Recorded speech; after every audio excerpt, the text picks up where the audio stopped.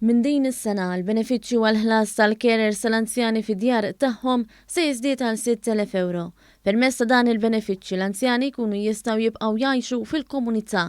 L-investiment tal-Gvern għal dan il-benefiċċju lill-anzjani li huwa parti mill-budget għal din is-sena ilaħħaq 3 miljun euro. Dan tħabbar waqt konferenza tal-aħbarijiet indirizzata mill-Ministru għall-Anzjani u l-Anzjanità Attiva Michael Farrugia u l-Kap Eżekuttiv tal-Anzjanità Attiva u l-Kura fil-Komunità Renzo De Gabriele. Il-Ministru Farrugia qal li kull xahar issir mal-40 talba għal din l-għajnuna tal-Gvern. Illum hemm 518 il-anzjan illi qegħdin iggawdu minn din l-iskema li kienet iddaħlet. Parti minnhom sostanzjali huma ta' carers full-time u hemm ftit ta' carers illi huma fuq bażi part-time.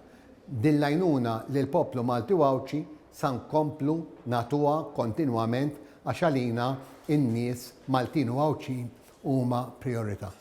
Dan il-benefiċċju kien iddaħħal fl-2016 u kienu nazzaw 4,500 euro fis-sena. Is-sena l-oħra dan il-benefiċċju żdied għal 5,291 euro. Għalhekk din is-sena dan il-benefiċċju żdied b'aktar minn 700 euro. Id-Dipartiment tal-Anzjanità Attiva u Kura fil-Komunità joffri wkoll madwar 20 servizz, illi 97% tal-anzjani huma kuntenti b'dak li huwa offrut lilhom. Intant, il-Kap Eżekuttiv tal-Anzjanità Attiva u l-Kura fil-Komunità Renzo De Gabriele qal li kull min jixtieq japplika għal dan il-benefiċċju jista' japplika minn fuq is-sit activeaging.gov.mt, minn servizzi.gov jew mill-kunsilli lokali.